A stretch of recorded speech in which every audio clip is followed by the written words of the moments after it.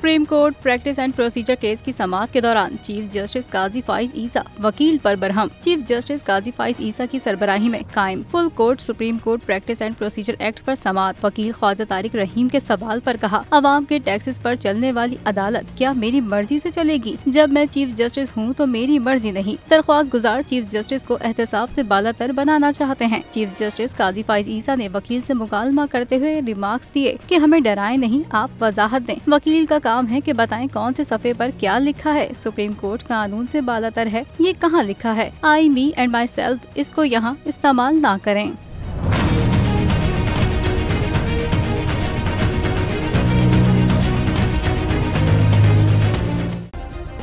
Subscribe करें और bell दबाएं ताकि कोई खबर रह न जाए।